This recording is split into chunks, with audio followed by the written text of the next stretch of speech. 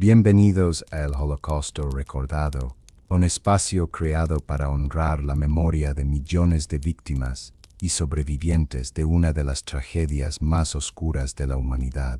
Hoy los invito a detenernos, a escuchar y a sentir. No se trata solo de recordar hechos históricos, sino de rescatar las voces de quienes fueron silenciados, de quienes resistieron y de quienes aún hoy nos inspiran con su fortaleza. Este recorrido está pensado no como un relato lejano, sino como una experiencia que toca lo humano en cada uno de nosotros. A través de relatos, personajes, imágenes y emociones, reviviremos historias de dolor, pero también de resistencia, esperanza y dignidad.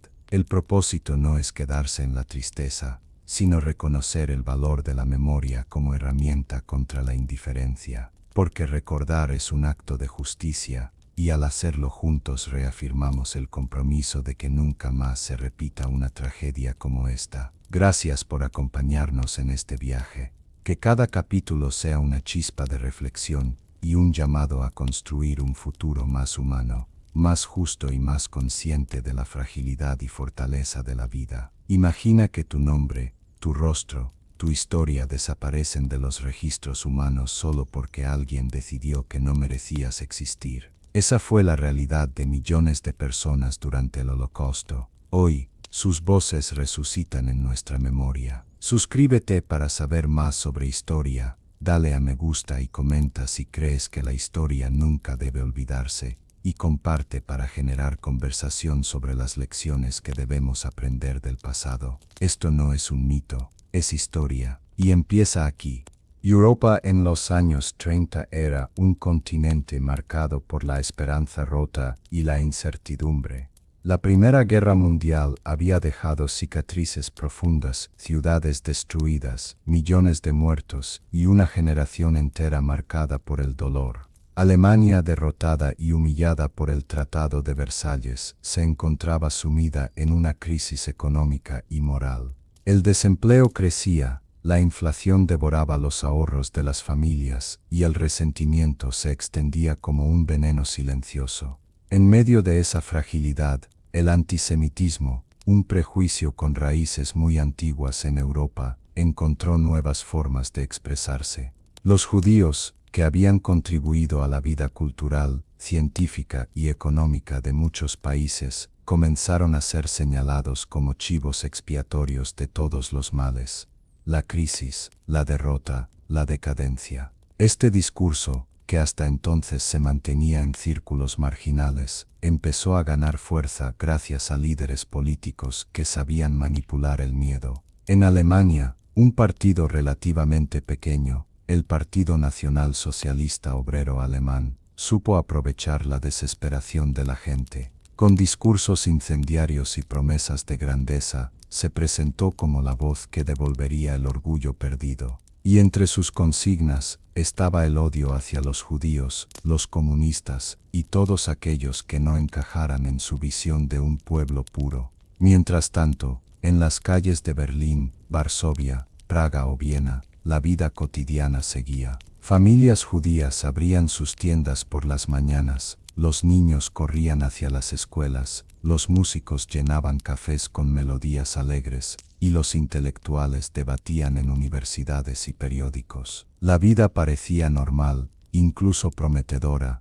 en una Europa que también veía avances tecnológicos, culturales y artísticos. Sin embargo, bajo esa apariencia de normalidad, se acumulaban nubes oscuras. Los discursos de odio se multiplicaban, los periódicos empezaban a publicar caricaturas denigrantes y en las tabernas se escuchaban rumores cargados de resentimiento. Para muchos judíos europeos, aquello no era nuevo, habían vivido siglos de discriminación, pero pocos podían imaginar hasta dónde llegarían los acontecimientos. Este primer capítulo no busca mostrar el horror inmediato, sino el ambiente previo, ese clima en que la indiferencia, la crisis y el resentimiento dieron espacio a una ideología asesina, porque el Holocausto no empezó en los campos de concentración, sino en las palabras, en los prejuicios y en la incapacidad de reaccionar a tiempo frente al odio.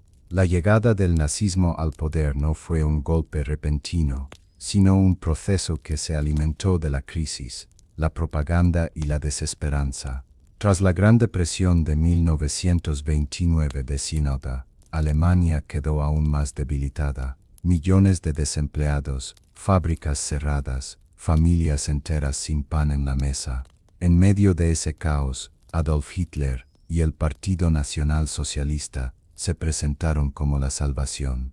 Con discursos apasionados, Hitler prometía devolver la grandeza perdida. Sus palabras no eran solo políticas, eran emocionales, apelaban al orgullo herido, al miedo al futuro y a la necesidad de encontrar culpables. Y ese culpable fue señalado sin descanso, el pueblo judío, junto a comunistas, gitanos, homosexuales y otros considerados indeseables. El nazismo no solo conquistó con palabras, sino también con símbolos y rituales. La esvástica, los uniformes, los desfiles con antorchas y las canciones militares creaban un ambiente de unidad y poder que fascinaba a multitudes cansadas de la inestabilidad. Jóvenes se alistaban en las juventudes hitlerianas, convencidos de que formaban parte de algo grande. Familias humildes encontraban en los discursos nazis una explicación sencilla a sus problemas. Los otros eran los responsables. Mientras tanto, la política tradicional alemana estaba fragmentada. Partidos moderados no lograban acuerdos, el parlamento era incapaz de responder a la crisis, y en ese vacío, el nazismo se presentó como la única opción fuerte. En 1933, Hitler fue nombrado canciller, y pronto, a través de maniobras legales y represión violenta, convirtió la democracia en dictadura. Los nazis comenzaron a silenciar a opositores, cerrar periódicos críticos, y perseguir a quienes no se alineaban con su ideología. Las primeras leyes contra los judíos aparecieron rápidamente, se les prohibió ocupar ciertos cargos públicos, se les expulsó de universidades, y se les marginó de la vida política. Aún no eran deportaciones ni campos de exterminio, pero el terreno estaba preparado. Para muchos alemanes, la vida parecía mejorar, había empleo en fábricas militarizadas, se construían carreteras, y la propaganda mostraba imágenes de un país en ascenso. Pero ese progreso tenía un costo oculto, la exclusión y persecución de millones de personas inocentes. El ascenso del nazismo muestra cómo el odio puede vestirse de promesa, cómo la esperanza puede ser manipulada, y cómo una sociedad herida puede entregar su futuro a quienes ofrecen certezas simples a problemas complejos. Lo que empezó como propaganda política pronto se transformaría en la maquinaria del horror. Tras consolidarse en el poder en 1933, el régimen nazi comenzó a transformar, poco a poco, el marco legal de Alemania. Lo que al principio parecía una serie de medidas aisladas pronto se convirtió en una red de leyes diseñadas para excluir, humillar y despojar de derechos a los judíos y a otras minorías. Estas normativas, respaldadas por el Estado, convirtieron el antisemitismo en política oficial. En abril de 1933 se aprobó la Ley para la Restauración del Servicio Civil Profesional, que expulsaba a los judíos de cargos públicos, jueces, profesores, médicos en instituciones estatales. De la noche a la mañana, personas con décadas de experiencia fueron despedidas simplemente por su origen. Ese mismo año, se decretó un boicot a los negocios judíos. Tropas de la CESA se apostaban frente a tiendas con letreros que decían, "No compre a los judíos". Vidrieras fueron manchadas, clientes intimidados, y las familias que vivían de sus comercios empezaron a sentir la asfixia económica. Pero el golpe más duro llegó en 1935 con las leyes de Nuremberg. En ellas se definió quién era judío según criterios raciales, incluso si esa persona nunca había practicado la religión. Se prohibieron los matrimonios y relaciones sexuales entre judíos y arios, despojándolos de su ciudadanía alemana. Con un plumazo, miles de ciudadanos pasaron a ser considerados extranjeros en su propia patria. Estas leyes no solo afectaban lo material, sino lo emocional. Familias enteras se vieron separadas, parejas prohibidas por la ley, hijos marcados como mestizos y señalados en las escuelas. Los niños judíos comenzaron a ser humillados en las aulas, obligados a sentarse en rincones separados o soportar burlas de maestros y compañeros. Mientras tanto, muchos alemanes que no eran judíos optaron por el silencio. Algunos, convencidos por la propaganda, aceptaron que los judíos eran culpables de los males de Alemania. Otros, por miedo o conveniencia,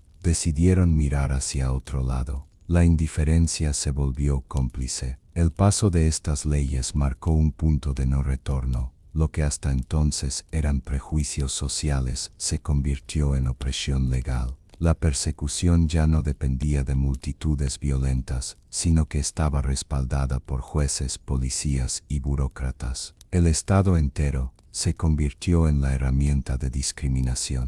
Este capítulo nos recuerda que el horror comienza con leyes injustas que parecen legales, pero niegan la humanidad de las personas. Lo que empezó como exclusión social pronto abriría la puerta a la deportación y el exterminio.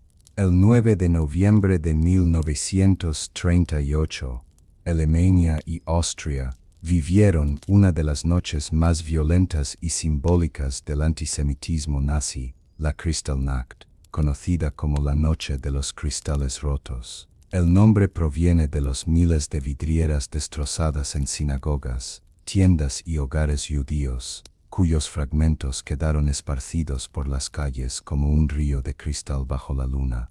El detonante oficial fue el asesinato de un diplomático alemán en París por un joven judío polaco desesperado por la expulsión de su familia. La propaganda nazi utilizó este hecho como excusa perfecta para desatar una ola de violencia planificada contra toda la comunidad judía. Esa noche, la CCA, las SS y grupos de civiles incitados por el régimen salieron a destruir sistemáticamente. Sinagogas enteras ardieron mientras los bomberos tenían órdenes de dejar que se consumieran las llamas, interviniendo solo si el fuego amenazaba propiedades arias. Escuelas judías fueron saqueadas, cementerios profanados, y miles de negocios reducidos a ruinas. Los golpes, gritos y vidrios rotos llenaron las calles durante horas interminables. Más de 30.000 judíos fueron arrestados y enviados a campos de concentración en cuestión de días. Hombres ancianos, comerciantes, intelectuales y rabinos fueron golpeados en público, esposados y arrastrados como criminales frente a vecinos que miraban en silencio, algunos aterrados, otros indiferentes y otros, incluso celebrando. Las consecuencias psicológicas fueron devastadoras. Familias enteras comprendieron que ya no había lugar seguro en Alemania. Lo que antes era marginación y discriminación ahora se había convertido en violencia abierta y organizada, respaldada por el propio Estado. Muchos judíos buscaron desesperadamente visas para emigrar, pero la mayoría de los países cerró sus puertas, dejando atrapadas a miles de personas en la pesadilla nazi. La Kristallnacht fue un punto de quiebre. El régimen había demostrado que podía destruir vidas sin consecuencias internacionales serias. Los vidrios rotos no eran solo fragmentos de cristal, eran símbolos de un futuro despedazado, de una comunidad quebrada, y de la transición hacia un antisemitismo que pronto se convertiría en genocidio. Con el inicio de la Segunda Guerra Mundial en 1939 y la invasión de Polonia, los nazis comenzaron a concentrar a la población judía en espacios cerrados, los guetos. Ciudades como Varsovia, Łódź o Cracovia fueron escenario de la creación de barrios amuralados, donde miles de personas quedaron encerradas, aisladas del resto de la sociedad. Las condiciones eran inhumanas. Familias enteras compartían una sola habitación, a veces 10 personas en espacios diminutos. El hambre era constante. Las raciones oficiales para los judíos eran apenas suficientes para sobrevivir, muchas veces equivalentes a un par de rebanadas de pan al día. El mercado negro se volvió la única forma de conseguir alimentos, pero implicaba riesgos mortales. Cruzar ilegalmente los muros o sobornar guardias podía significar la muerte. A pesar de todo, dentro de los guetos se intentaba mantener una vida comunitaria. Se organizaban escuelas clandestinas, grupos de teatro y orquestas, como un acto de resistencia cultural frente a la opresión. Los rabinos seguían enseñando en secreto, los médicos improvisaban hospitales, y las madres buscaban mantener la esperanza en sus hijos, aun cuando sabían que el futuro era incierto. El gueto de Varsovia, el más grande de todos, llegó a albergar más de 400.000 personas en condiciones insoportables. Las calles estaban llenas de carretas con cadáveres, víctimas del hambre y las enfermedades. Sin embargo, incluso allí surgieron actos de solidaridad. Vecinos compartían migajas de pan, niños huérfanos eran adoptados por familias desconocidas, y artistas escribían poemas y canciones que se convirtieron en un refugio espiritual. La vida en los guetos es testimonio de la resistencia humana en medio del sufrimiento. No fue solo un espacio de muerte lenta, también fue un lugar donde miles de personas lucharon por mantener la dignidad frente al despojo. El confinamiento en los guetos ya era terrible. El hambre y la enfermedad lo convirtieron en un infierno cotidiano. Los nazis establecieron raciones miserables mientras un alemán recibía en promedio 2.500 calorías al día. A los judíos se les asignaban apenas entre 200 y 400. La desnutrición se volvió universal. Cuerpos demacrados, vientres hinchados por la falta de proteínas, y ojos hundidos eran parte del paisaje. El hambre obligaba a tomar decisiones imposibles. Madres que fingían no tener apetito para dar su parte a los hijos. Niños que se arriesgaban a cruzar agujeros en los muros para traer patatas o pan, sabiendo que podían ser asesinados por un guardia. Familias que hervían cáscaras de papa, o hacían sopa con agua sucia para engañar al estómago. A la desnutrición se sumaban las enfermedades. El tifus, propagado por piojos y malas condiciones sanitarias, arrasó en los guetos. Faltaban medicinas, los hospitales improvisados estaban abarrotados, y los médicos luchaban sin recursos contra epidemias que diezmaban a la población. Cada día, carros recogían decenas de cadáveres de las calles. Sin embargo, incluso en medio de esa tragedia, surgieron gestos de humanidad. Médicos y enfermeras del gueto arriesgaban sus vidas para vacunar niños en secreto. Se organizaban comedores comunitarios clandestinos donde se repartía lo poco que había. Algunos artistas, debilitados físicamente, componían canciones que hablaban del hambre como forma de dar voz al dolor colectivo. El hambre y la enfermedad no fueron solo consecuencias de la guerra, fueron herramientas de exterminio. El régimen nazi utilizó la privación como arma, dejando que miles murieran lentamente sin necesidad de disparar una bala. Fue un genocidio encubierto bajo la apariencia de condiciones de guerra. Este capítulo recuerda que incluso frente a la desolación, la gente buscó resistir y cuidar unos de otros. La solidaridad fue la chispa que mantuvo encendida la humanidad en un mundo que intentaba apagarla. Aunque los nazis buscaron reducir a los judíos a víctimas indefensas, en los guetos y campos surgieron innumerables formas de resistencia.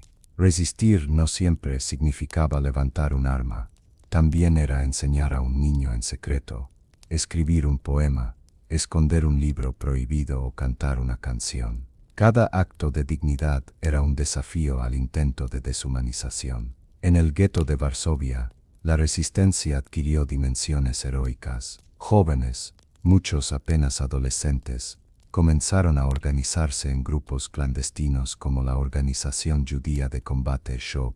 Con escasas armas, preparaban cócteles Molotov y recolectaban pistolas en el mercado negro. Sabían que luchar contra los nazis era casi imposible, pero su objetivo no era sobrevivir, era morir con dignidad, demostrando al mundo que no aceptarían el exterminio pasivamente.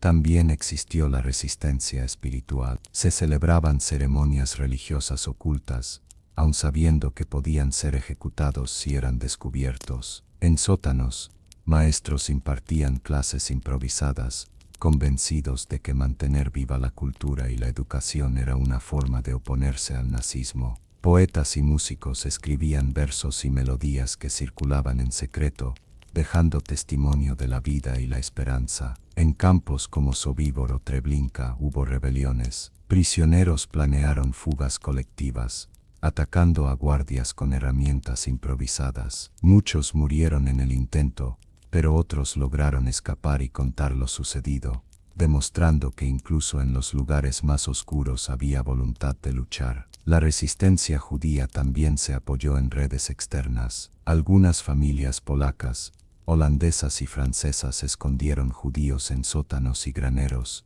arriesgando sus propias vidas. Cada vida salvada era un triunfo contra el plan nazi. La resistencia no borró la tragedia, pero sí dejó una huella de valentía y humanidad. Demuestra que aun en las condiciones más terribles, los seres humanos buscan formas de defender su dignidad y luchar contra la opresión. Entre las historias más conmovedoras del Holocausto se encuentran las de los niños ocultos. Miles de pequeños fueron escondidos por sus familias o por personas solidarias para salvarlos de la deportación. Su infancia se convirtió en un juego de silencio, donde la supervivencia dependía de no hacer ruido, de fingir otra identidad o de aprender a olvidar su propio nombre. En Polonia, familias cristianas escondían niños judíos en graneros, armarios o sótanos. Muchos vivían meses enteros sin ver la luz del sol. Algunos aprendieron oraciones católicas para pasar desapercibidos, repitiéndolas mecánicamente sin comprender su significado. Otros eran presentados como sobrinos o huérfanos para explicar su presencia en aldeas pequeñas. En los Países Bajos, una adolescente llamada Ana Frank escribió en su diario la vida de su familia escondida en un anexo secreto de Ámsterdam. Aunque su historia terminó trágicamente, su voz sobrevivió como símbolo universal de la esperanza y la dignidad en medio del horror. El silencio era la condición de la supervivencia. Niños pequeños aprendían a contener el llanto, a quedarse inmóviles durante horas, a comer en secreto cuando alguien les traía comida. El miedo era constante, un ruido en falso podía significar el descubrimiento y la muerte. Muchos de esos niños crecieron con una doble identidad. Al terminar la guerra, algunos no recordaban sus nombres judíos ni a sus padres, porque habían pasado años fingiendo ser otros. La infancia perdida se convirtió en una herida profunda que los acompañó toda la vida. Las historias de los niños ocultos muestran la crueldad del régimen nazi, pero también la valentía de quienes decidieron arriesgarlo todo para proteger a un pequeño. Cada vida salvada fue un acto de resistencia y un triunfo de la humanidad. A partir de 1941, la maquinaria nazi comenzó a ejecutar un plan sistemático: vaciar los guetos y trasladar a sus habitantes hacia los campos de concentración y exterminio. Lo que se llamó reasentamiento era, en realidad, la antesala de la muerte. Las deportaciones masivas se realizaban con brutalidad. En plena madrugada, los soldados rodeaban los guetos. A gritos, obligaban a las familias a salir de sus casas con lo que pudieran cargar. Los que intentaban esconderse eran arrastrados a la fuerza o fusilados en el acto. Las calles se llenaban de columnas de hombres, mujeres y niños, empujados hacia estaciones de tren. Los vagones utilizados no eran para pasajeros, sino de carga. Oscuros, sin ventanas, abarrotados con hasta 100 personas, sin agua ni comida, convertidos en jaulas rodantes. El viaje podía durar días o semanas. Muchos morían en el camino por asfixia, hambre o deshidratación. Los cuerpos quedaban entre los vivos, que seguían respirando en medio de la desesperación. Para los que permanecían en los guetos, cada deportación era un golpe más. Veían partir a vecinos y familiares sin noticias de regreso.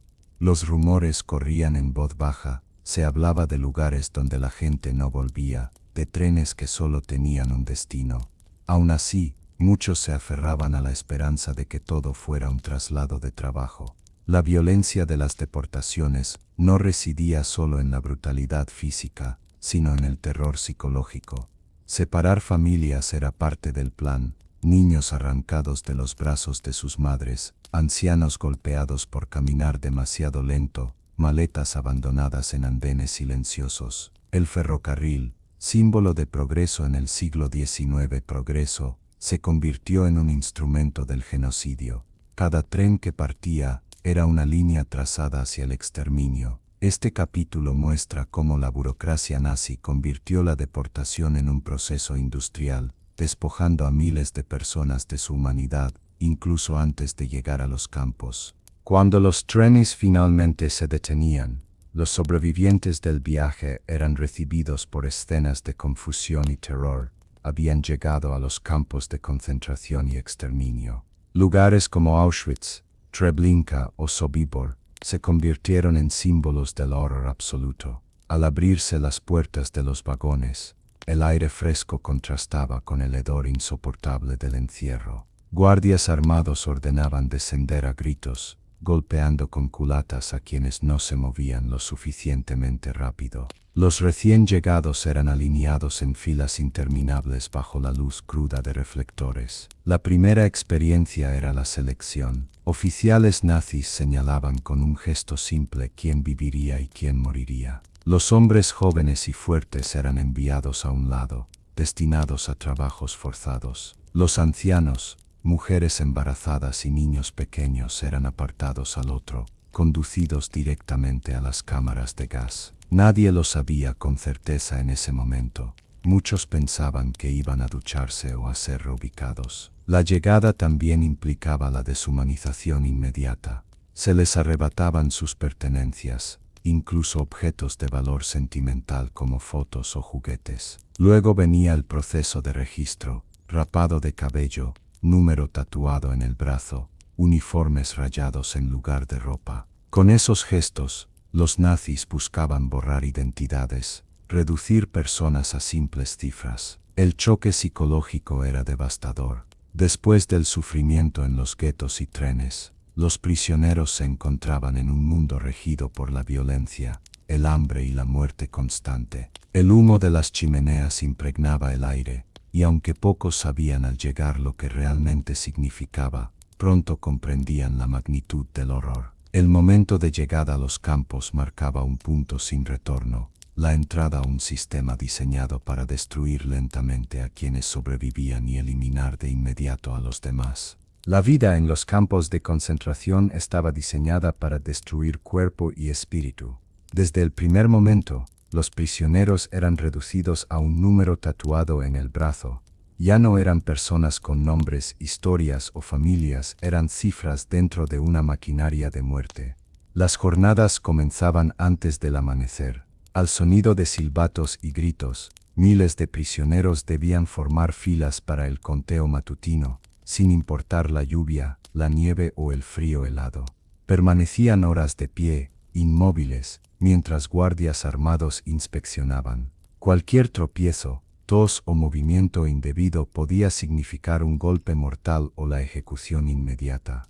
La alimentación era mínima, un pedazo de pan duro, una sopa aguada hecha de agua sucia y cáscaras de verduras. El hambre era insoportable, y muchos prisioneros arriesgaban sus vidas por robar una papa o mendigar un trozo de pan. Las peleas entre hambrientos eran comunes, pero también lo era la solidaridad. Algunos compartían lo poco que tenían con los más débiles. Los barracones estaban hacinados. Decenas de personas compartían literas de madera infestadas de piojos, sin mantas suficientes. Las enfermedades como el tifus y la disentería se propagaban rápidamente, y los médicos prisioneros no tenían recursos para curar. Cada día morían cientos. El trabajo, las palizas, el hambre y la desesperanza formaban parte de la rutina. Sin embargo, en medio del dolor, algunos prisioneros buscaban sostener un atisbo de humanidad. Rezaban en silencio, contaban historias antes de dormir, o se aferraban a la memoria de sus familias. La vida cotidiana en los campos no era vida, era supervivencia desnuda. Cada día era una lucha por seguir respirando, una batalla contra la deshumanización total. El trabajo forzado era una de las herramientas principales de la maquinaria nazi. Millones de prisioneros fueron explotados hasta la extenuación en fábricas, canteras, minas y talleres vinculados al esfuerzo de guerra alemán. El régimen utilizaba sus cuerpos como combustible humano, sin importar cuánto duraran. Cada mañana, después del conteo, los prisioneros eran divididos en comandos de trabajo. Algunos eran enviados a construir carreteras o fortificaciones, otros a cargar piedras pesadas en canteras, y muchos más a trabajar en fábricas como las de IG Farben, que producían armas y químicos para la guerra. Las jornadas duraban entre 12 y 16 horas, con raciones mínimas de comida. Los nazis aplicaban una política cínica, exterminio a través del trabajo. Quienes se debilitaban eran reemplazados por otros recién llegados, y los primeros eran enviados a morir en las cámaras de gas. Así, el sistema funcionaba como un ciclo de explotación y eliminación. El trato era brutal. Los guardias golpeaban constantemente a los prisioneros, obligándolos a cargar pesos imposibles o a trabajar bajo climas extremos. Los accidentes eran comunes, pero nadie recibía atención médica. La vida de un prisionero valía menos que la herramienta que usaba. A pesar de todo, hubo actos de resistencia. Algunos obreros saboteaban discretamente la producción, aflojaban tornillos, dañaban piezas, trabajaban más lento de lo ordenado. Aunque sabían que podían ser ejecutados si eran descubiertos, lo hacían como un gesto silencioso de rebelión. El trabajo forzado no solo destruyó físicamente a millones de personas, también benefició a empresas y sectores de la economía alemana que colaboraron con el régimen. Fue una explotación masiva que convirtió el dolor humano en ganancias. Este capítulo recuerda que la esclavitud impuesta por los nazis fue parte integral del genocidio, un sistema calculado para exprimir hasta el último aliento de cada prisionero. Las cámaras de gas se convirtieron en el símbolo más atroz del genocidio nazi. Diseñadas con apariencia de duchas comunitarias, engañaban a los recién llegados, que eran conducidos hacia ellas con la promesa de limpieza antes de entrar al campo. Familias enteras, agotadas por el viaje, ingresaban juntas sin sospechar que caminaban hacia la muerte. Al cerrarse las puertas, el gas Zyklon B era liberado desde orificios en el techo o paredes.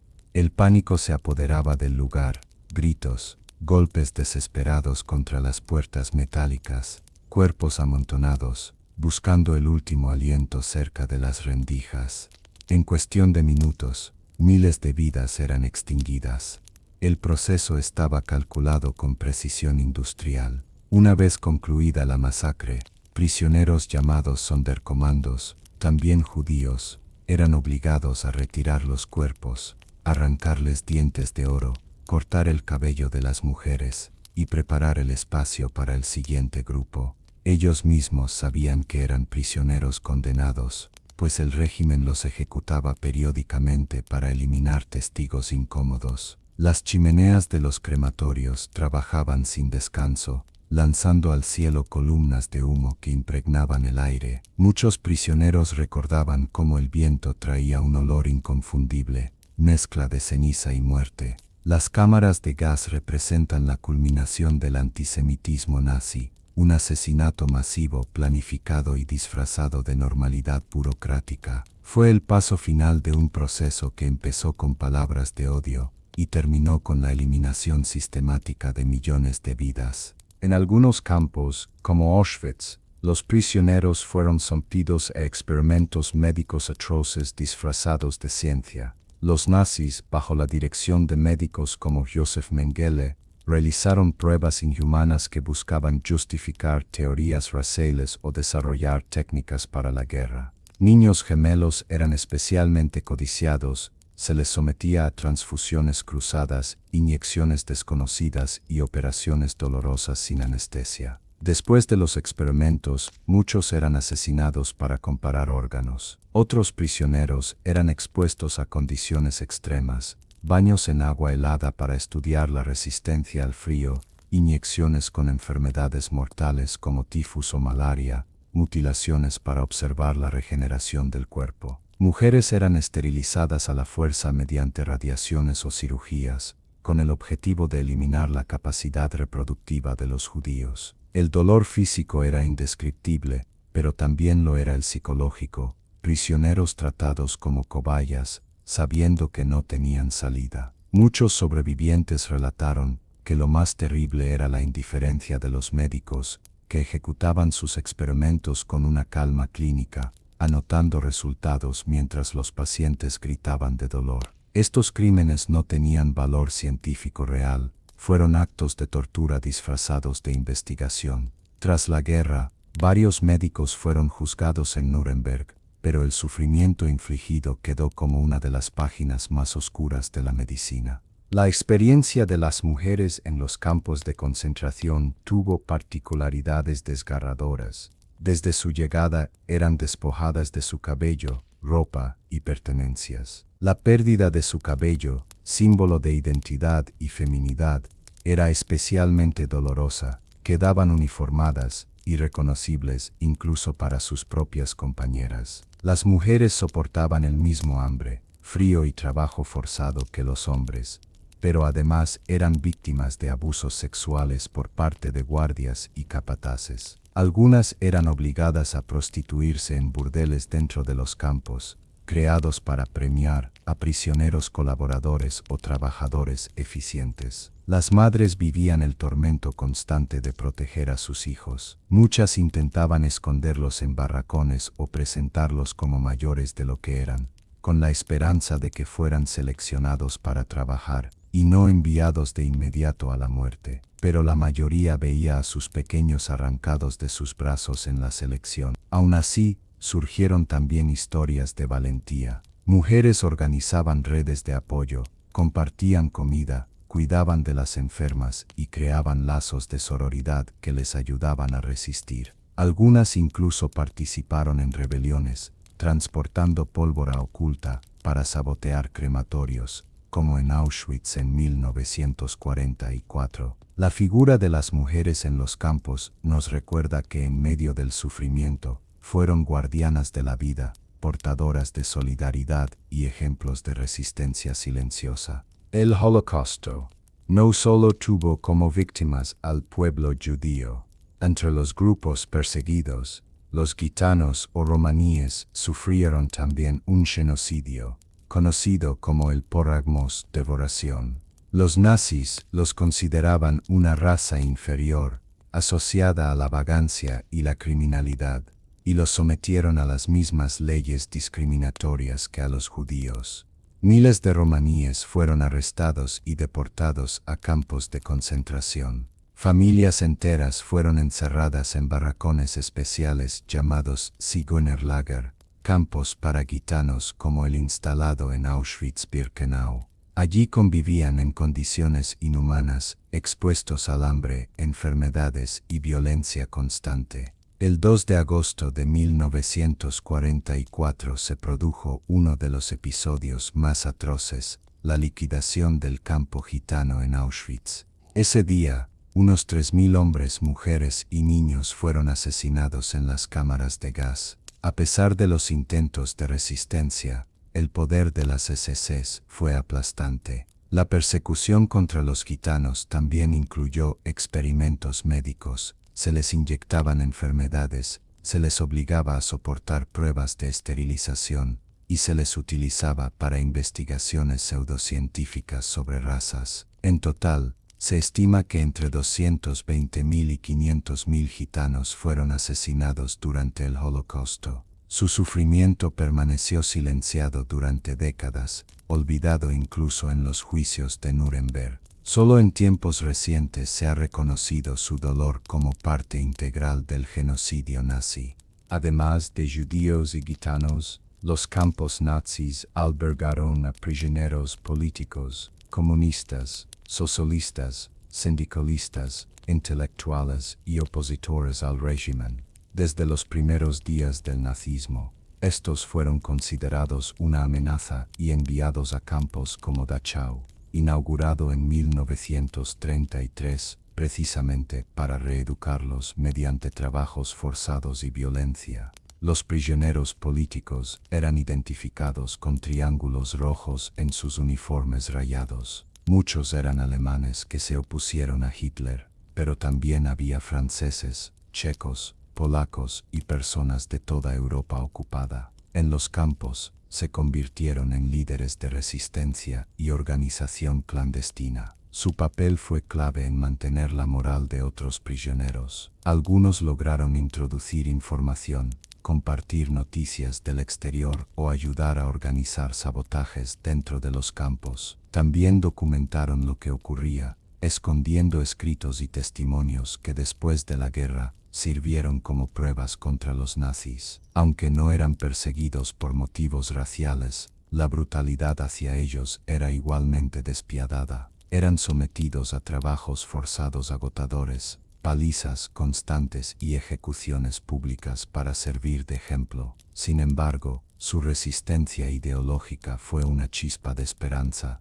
Demostraban que incluso bajo terror absoluto, había quienes mantenían convicciones y luchaban por la libertad. Polonia ocupada se convirtió en el epicentro de la solución final. Allí los nazis construyeron la mayoría de los campos de exterminio, diseñados específicamente para asesinar en masa: Auschwitz-Birkenau, Treblinka, Sobibor, Belzec, Majdanek y Chelmno. A diferencia de otros campos de concentración, estos no estaban destinados al trabajo forzado, sino a la aniquilación inmediata. Los trenes llegaban cargados de prisioneros, que eran conducidos directamente a las cámaras de gas. El proceso era rápido, calculado para eliminar miles de personas cada día. En Treblinka, por ejemplo, casi 900.000 judíos fueron asesinados en menos de 2 años. Sobibor fue escenario de una de las rebeliones más valientes, donde un grupo de prisioneros logró matar a varios guardias y escapar, aunque la mayoría fue recapturada. Belzec, menos conocido, acabó con la vida de más de 400.000 personas, casi todos judíos polacos. Los campos de exterminio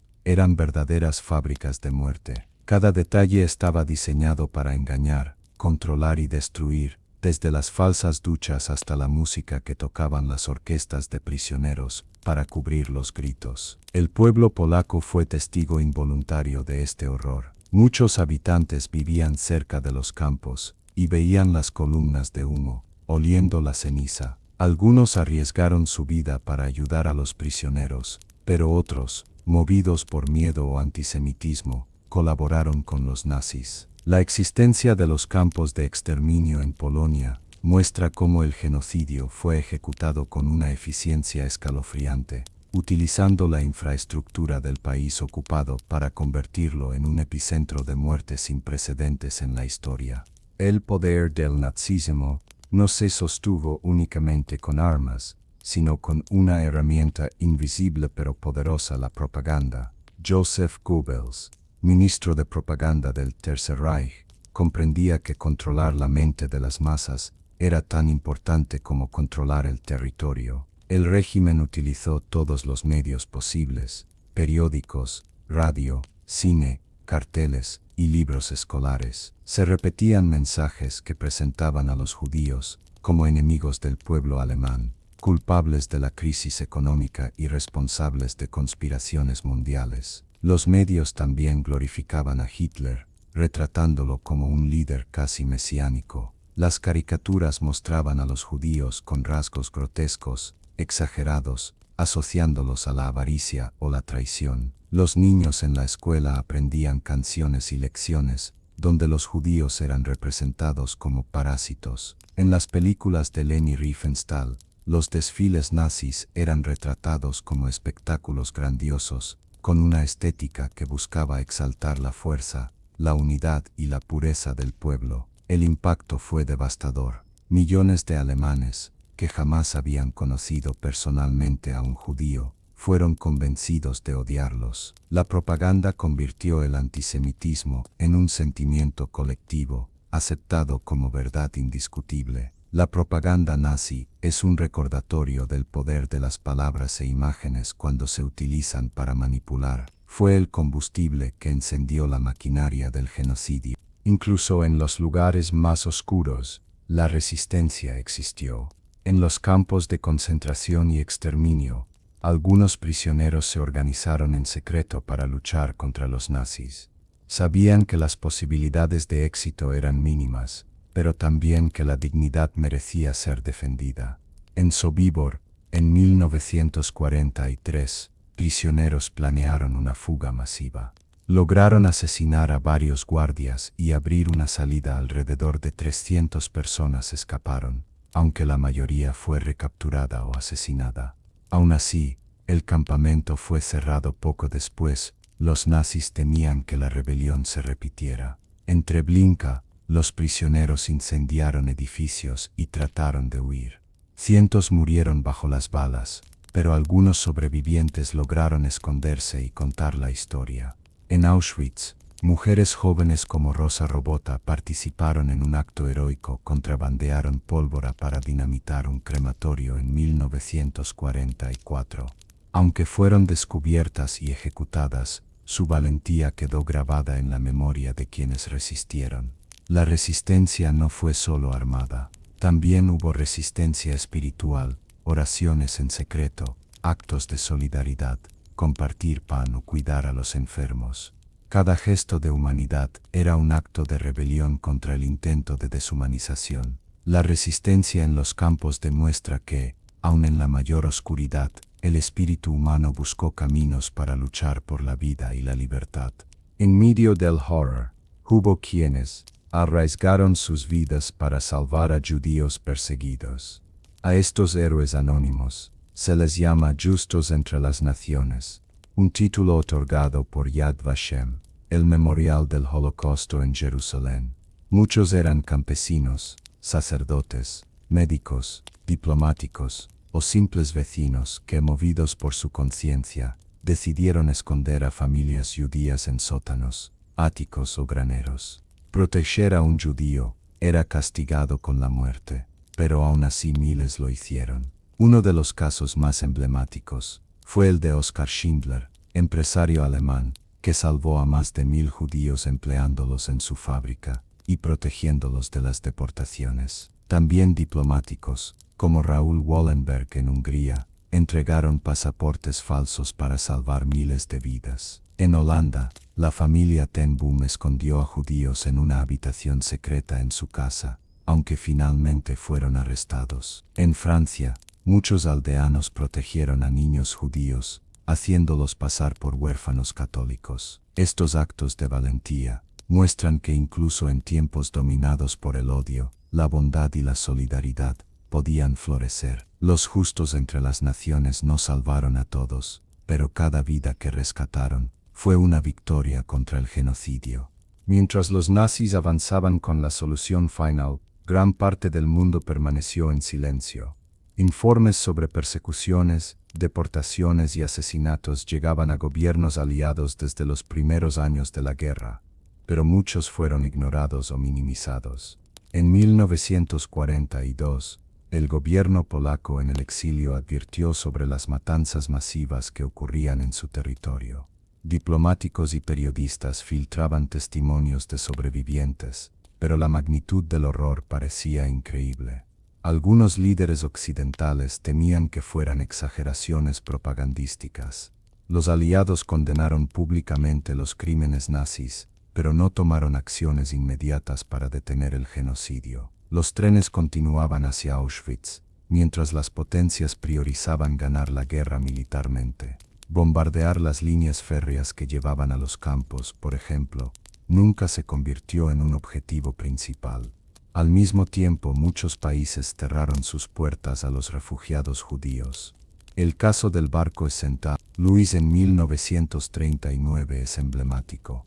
Más de 900 judíos que huían de Alemania fueron rechazados en Cuba, Estados Unidos y Canadá, obligándolos a regresar a Europa, donde muchos terminaron en campos de exterminio. El silencio internacional fue cómplice del genocidio, no solo por falta de información, sino también por indiferencia, antisemitismo y cálculos políticos. Este capítulo recuerda que el Holocausto no ocurrió en secreto absoluto. El mundo sabía, pero eligió mirar hacia otro lado. En 1944 y 1945, conforme los ejércitos aliados avanzaban sobre el Reich, comenzó la liberación de los campos de concentración. Lo que encontraron superó toda imaginación.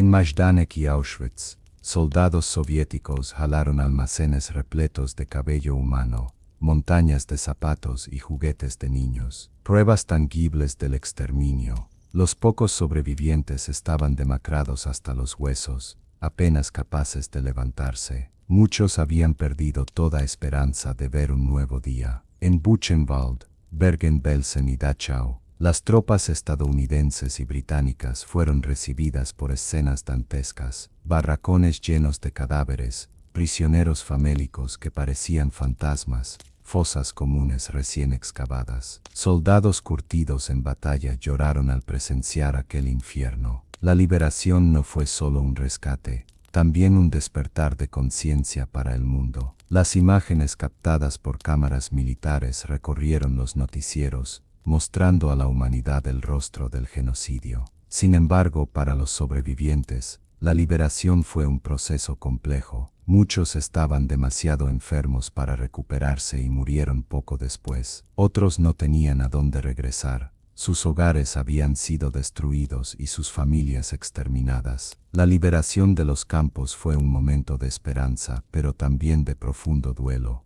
Significó el final del horror inmediato, pero el inicio de una larga lucha por reconstruir vidas quebradas. Tras el fin de la guerra, el mundo enfrentó una tarea sin precedentes: juzgar los crímenes del nazismo.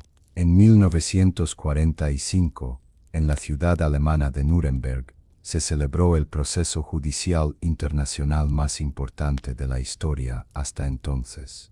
Los principales líderes nazis capturados fueron llevados ante el tribunal: Hermann Göring, Joachim von Ribbentrop, Rudolf Hess, entre otros. Se les acusó de crímenes de guerra, crímenes contra la humanidad y genocidio.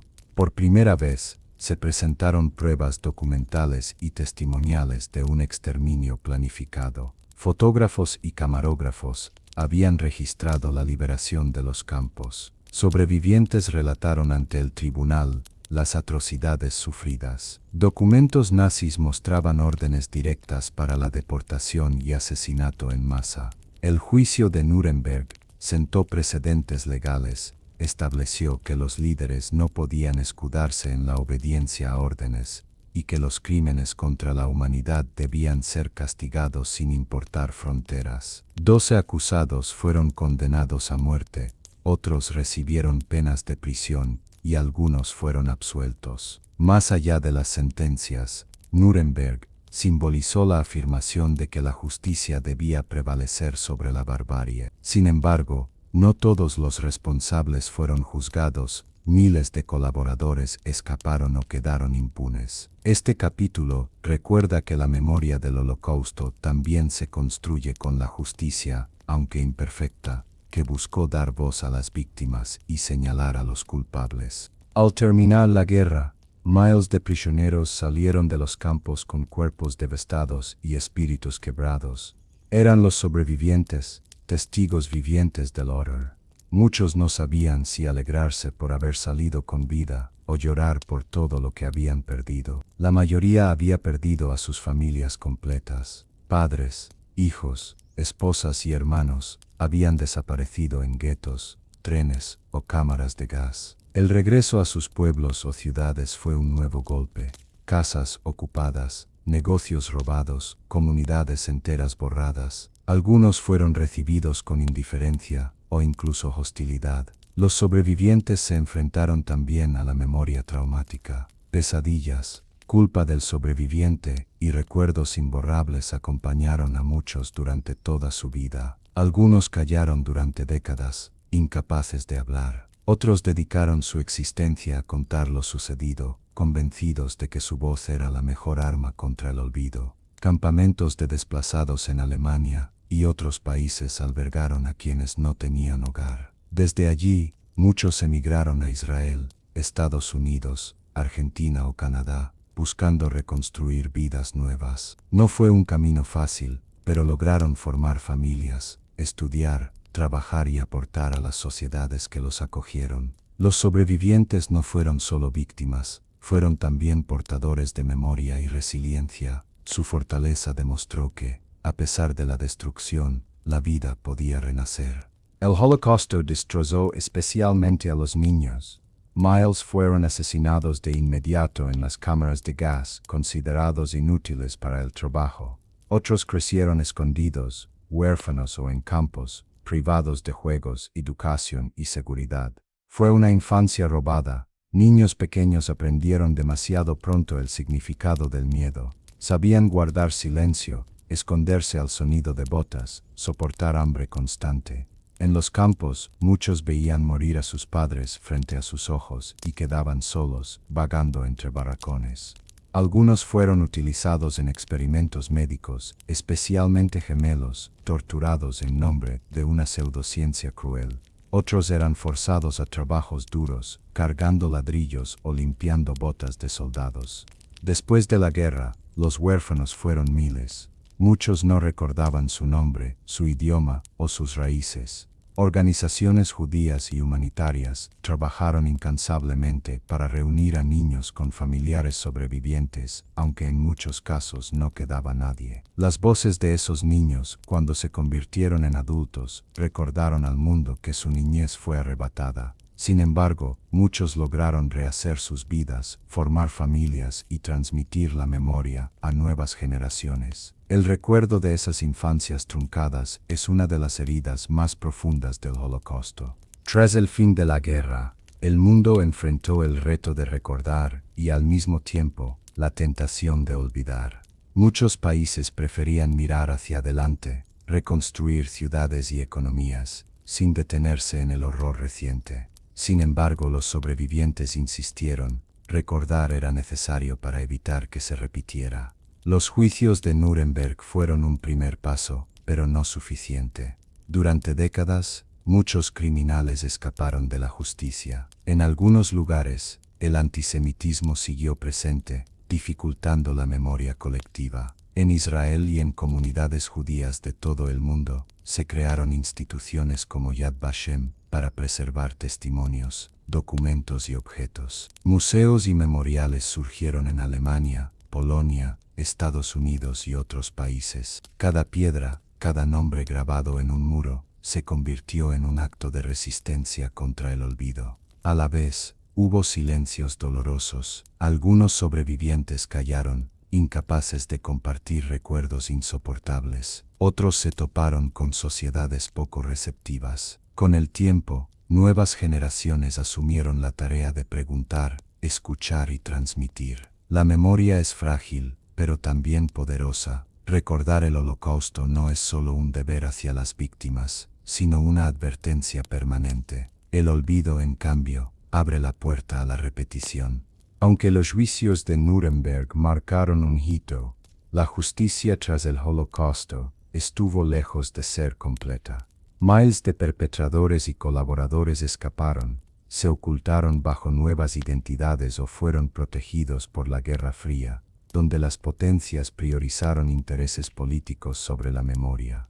Algunos nazis huyeron a América Latina con ayuda de redes clandestinas conocidas como Ratlins. Figuras como Adolf Eichmann, uno de los arquitectos de la solución final, vivieron durante años en Argentina hasta ser capturados. Josef Mengele, el ángel de la muerte de Auschwitz, nunca fue juzgado y murió libre en Brasil. En Europa, muchos colaboradores retomaron sus vidas después de la guerra, integrándose a gobiernos o empresas. La reconstrucción rápida de Alemania Occidental llevó a minimizar procesos judiciales, privilegiando la estabilidad sobre la rendición de cuentas. Aún así, hubo quienes persiguieron incansablemente la justicia. Héroes como Simon Wiesenthal dedicaron su vida a rastrear criminales nazis para llevarlos ante los tribunales. Décadas después, juicios tardíos siguieron ocurriendo, demostrando que los crímenes contra la humanidad no prescriben. La justicia incompleta dejó cicatrices. Para los sobrevivientes, significó la sensación de que su sufrimiento no fue plenamente reconocido. Este capítulo recuerda que juzgar no es solo castigar, sino también validar la verdad y dar dignidad a las víctimas. Con el paso de los años, surgió un fenómeno peligroso, el negacionismo del Holocausto.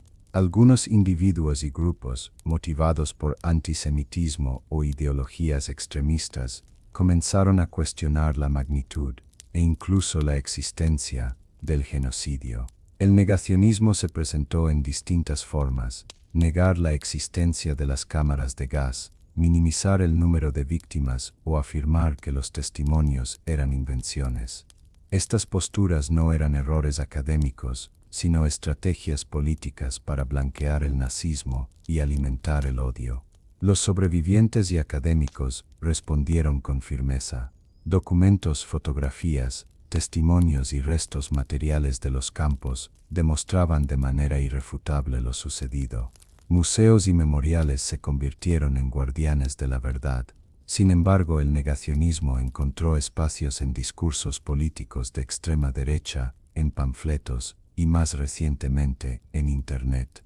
La propagación de mentiras mostró que la memoria siempre está en riesgo. El negacionismo no solo hiere la verdad histórica, también reabre el dolor de las víctimas y sus descendientes. Este capítulo subraya que recordar y enseñar el Holocausto no es opcional, es un deber frente a quienes intentan borrar la evidencia del crimen más documentado de la historia. En medio del dolor, el arte se convirtió en un medio de resistencia y memoria. Prisioneros en guetos y campos crearon poemas, canciones, dibujos y obras teatrales que expresaban su sufrimiento, esperanza y fe en la vida. En el gueto de Varsovia, artistas como Władysław Sepilman tocaban música en secreto. En Theresienstadt, considerado un gueto modelo para engañar a observadores internacionales, los prisioneros organizaron conciertos, obras de teatro y dibujos que reflejaban la realidad oculta. Muchos de esos artistas murieron, pero sus obras sobrevivieron como testigos silenciosos. Después de la guerra, el arte se convirtió en vehículo de memoria. Escritores como Primo Levi narraron con crudeza la vida en los campos. Pintores y escultores plasmaron escenas del horror para impedir el olvido. El cine, con películas como La lista de Schindler o El pianista, acercó estas historias a millones en todo el mundo. El arte no solo retrata el sufrimiento, también transmite resiliencia. Cada canción, cada poema, cada pincelada fue un grito de humanidad en medio del intento de exterminio. Hoy, esos testimonios artísticos son puentes que conectan el pasado con las nuevas generaciones. Después del Holocausto, el mundo comprendió que la memoria debía transmitirse no solo en museos o juicios, sino también en las aulas. La educación se convirtió en la herramienta principal para garantizar que las nuevas generaciones entendieran lo ocurrido y pudieran reconocer las señales del odio antes de que se repitiera. En escuelas de Europa, Israel y América, se incorporaron testimonios de sobrevivientes, lecturas de diarios como el de Ana Frank y materiales audiovisuales que mostraban la magnitud del genocidio. Cada palabra y cada imagen buscaban despertar la empatía en los jóvenes, para que vieran en las víctimas no cifras, sino personas con sueños truncados. Organizaciones internacionales como la ONU y la UNESCO promovieron el 27 de enero como el Día Internacional de Conmemoración en memoria de las víctimas del Holocausto, coincidiendo con la liberación de Auschwitz. Esa fecha se convirtió en un símbolo educativo en todo el mundo. La educación no es solo información, es prevención. Enseñar el Holocausto implica hablar de antisemitismo, racismo, intolerancia y del peligro del silencio. También significa mostrar ejemplos de resistencia y solidaridad para que los estudiantes comprendan que siempre hay una opción moral frente a la injusticia. En ciudades de Europa y del mundo entero, los memoriales del Holocausto se convirtieron en espacios de recuerdo y reflexión. Son lugares donde el silencio habla más fuerte que las palabras, donde cada piedra y cada nombre grabado buscan mantener viva la memoria de millones de víctimas. En Berlín, el memorial a los judíos asesinados de Europa es un campo de bloques de hormigón grises que transmite desorientación y ausencia. En Polonia, Auschwitz-Birkenau se conserva como museo, con sus barracones, alambradas y cámaras de gas como testigos mudos del horror. En Jerusalén, Yad Vashem recopila millones de nombres, fotos y testimonios. Allí, El Salón de los Nombres guarda archivos interminables que recuerdan a cada víctima como individuo, no como cifra. En Estados Unidos, el Museo del Holocausto de Washington recibe cada año a miles de visitantes, incluidos líderes mundiales. Cada memorial cumple una función: ser espacio de duelo, de educación y de advertencia. No son solo monumentos a los muertos, sino compromisos con los vivos. Al recorrerlos, cada visitante se convierte en portador de memoria. El tiempo avanza, y los sobrevivientes del Holocausto se vuelven cada vez más escasos. Por ello, la transmisión generacional se volvió esencial para que sus voces no se apaguen. Hijos y nietos de sobrevivientes asumieron la tarea de contar lo que sus familias vivieron. Muchos crecieron con silencios, con padres que no podían hablar del pasado. Otros heredaron relatos fragmentados, pesadillas compartidas y cicatrices invisibles. Esa segunda generación convirtió el trauma en testimonio, creando libros, películas y conferencias para transmitir la memoria. La tercera generación, nietos de sobrevivientes, ha encontrado nuevas formas de recordar: proyectos digitales, documentales, páginas web y redes sociales que acercan la historia a jóvenes de todo el mundo. Conscientes de que pronto ya no habrá testigos directos, asumen el rol de guardianes de memoria. La transmisión generacional es también una herencia emocional. No solo se transmiten hechos, sino también resiliencia, orgullo y el compromiso de decir nunca más. Cada nieto que relata la historia de su abuela en una escuela, cada bisnieta que comparte un diario familiar en Internet, mantiene viva una llama que el tiempo no puede apagar. El Holocausto no puso fin al antisemitismo. Aunque la magnitud del genocidio dejó al mundo horrorizado, el prejuicio contra los judíos sobrevivió en múltiples formas, desde comentarios cotidianos hasta actos violentos. En la posguerra inmediata, muchos sobrevivientes que regresaron a sus pueblos fueron recibidos con hostilidad. En Polonia, por ejemplo, se produjeron pogromos contra judíos que intentaban recuperar sus hogares o negocios. En algunos lugares, la población local prefería ignorar su sufrimiento para no confrontar la propia complicidad. En la Unión Soviética, el antisemitismo se disfrazó de políticas estatales. Judíos fueron perseguidos bajo acusaciones de cosmopolitismo o de ser enemigos del pueblo. Incluso en países democráticos, los judíos enfrentaron discriminación laboral, social y educativa. Hoy el antisemitismo persiste en discursos políticos, en ataques a sinagogas y en la propagación de estereotipos en redes sociales. Los negacionistas del Holocausto y grupos extremistas continúan intentando sembrar odio. Este capítulo subraya que la memoria del Holocausto no es solo un recordatorio del pasado, sino un llamado urgente a combatir el antisemitismo en el presente. El genocidio demostró a dónde puede conducir el odio si no se enfrenta desde el inicio. El Holocausto también se convirtió en tema de la cultura popular, con películas, novelas, obras de teatro y música que llevaron su memoria a públicos masivos. Estas representaciones fueron, en muchos casos, el primer contacto de millones de personas con el genocidio. Películas como La lista de Schindler de Steven Spielberg mostraron la valentía de quienes salvaron vidas en medio del horror.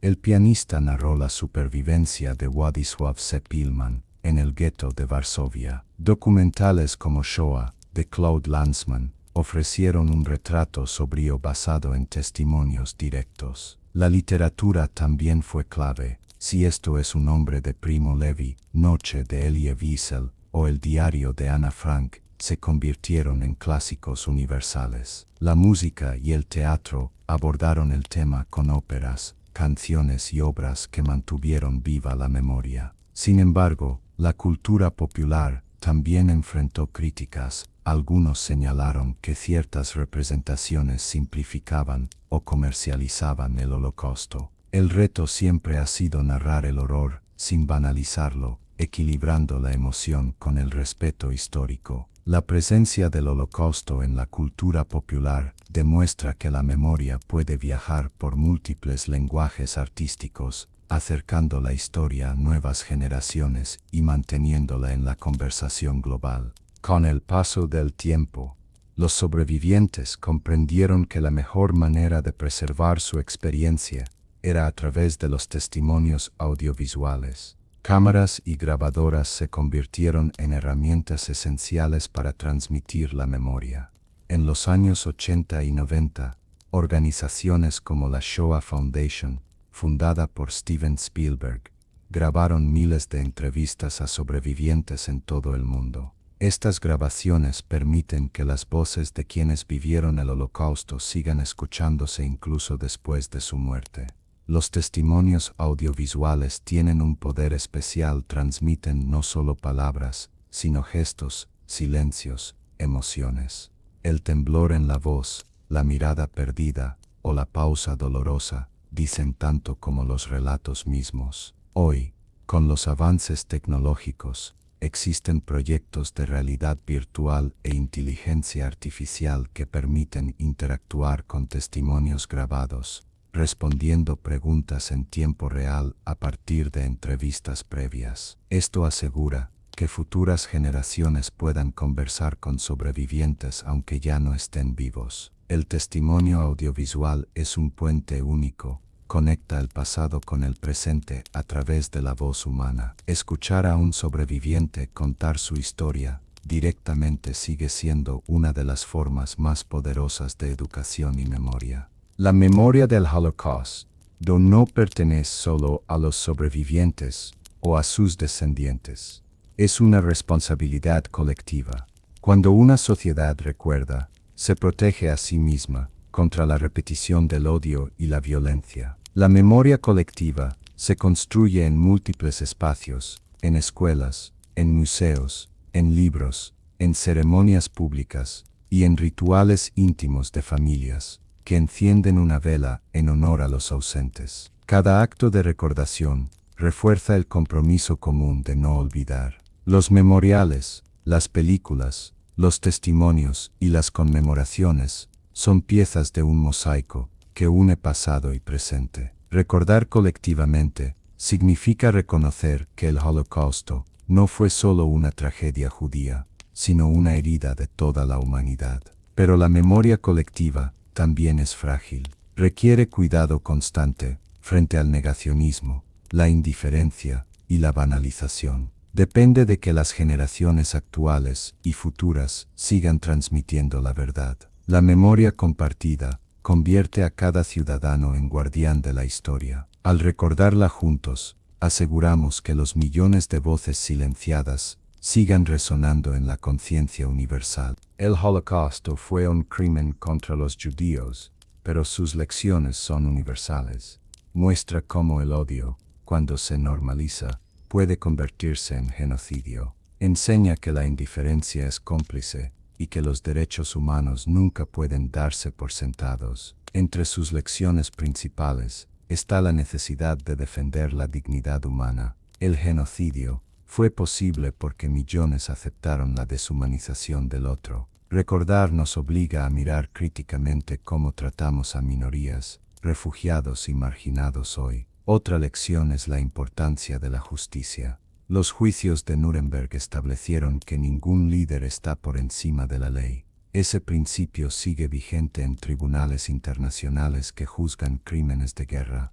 El Holocausto también enseña la necesidad de la solidaridad. Hubo quienes, arriesgando su vida, ayudaron a salvar a otros. Ellos nos recuerdan que siempre hay una opción moral frente a la injusticia. Finalmente, la lección más clara es la de la vigilancia eterna. Nunca debemos creer que atrocidades como estas son imposibles de repetirse. La memoria es un escudo, pero solo si se acompaña de acción y compromiso. De todas las palabras asociadas al Holocausto, dos se repiten como un eco que atraviesa generaciones nunca más. Son una promesa, un compromiso y una advertencia.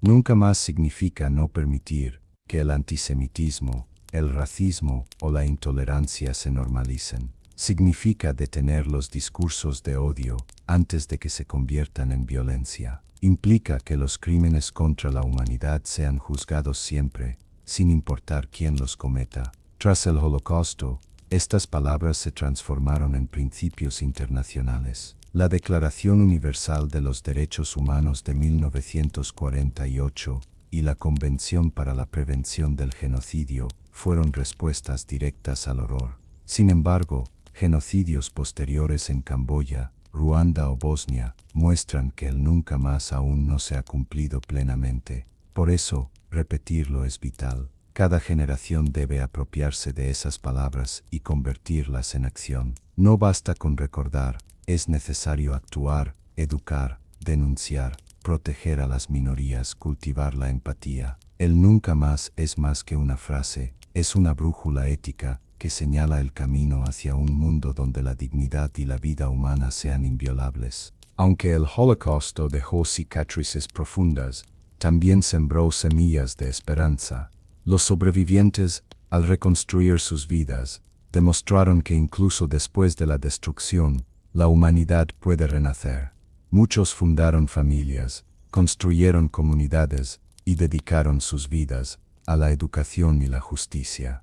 Cada niño nacido después de la guerra fue un acto de resistencia contra el intento de exterminio. El futuro de esperanza también se construye en los jóvenes, que aprenden estas historias y deciden ser defensores de la dignidad humana. En las aulas, en las calles, en las redes sociales, nuevas generaciones levantan la voz contra el racismo, el antisemitismo y toda forma de odio. La esperanza se refleja en memoriales llenos de visitantes, en libros leídos por millones, en películas que inspiran empatía, en testimonios que siguen viajando por el mundo. Este capítulo final recuerda que la memoria del Holocausto no debe quedarse en el pasado, es una guía para construir un mañana donde la justicia, la solidaridad y el respeto prevalezcan. El futuro depende de nosotros, y mientras mantengamos viva la memoria, podremos transformar el dolor en una promesa cumplida,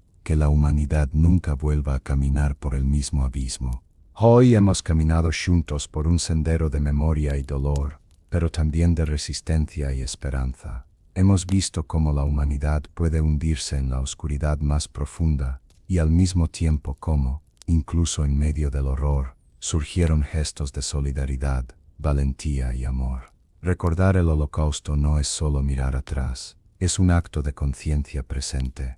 Es reconocer que la indiferencia abre las puertas al odio, y que el silencio puede ser tan letal como la violencia misma. Cada historia contada, cada nombre pronunciado, es una chispa que ilumina nuestro deber de mantener viva la memoria. El nunca más no es una frase del pasado, es una responsabilidad que nos pertenece hoy. Significa educar a los jóvenes, denunciar la injusticia, defender la dignidad humana en cada rincón del mundo. Que estas voces, estas imágenes y estas memorias no se queden solo en tu corazón, sino que se conviertan en compromiso, porque cada vez que recordamos, construimos un muro contra la intolerancia, y cada vez que transmitimos estas historias, sembramos semillas de esperanza para un futuro más humano. Gracias por acompañarnos en este viaje. Recordemos siempre, y juntos digamos, nunca más.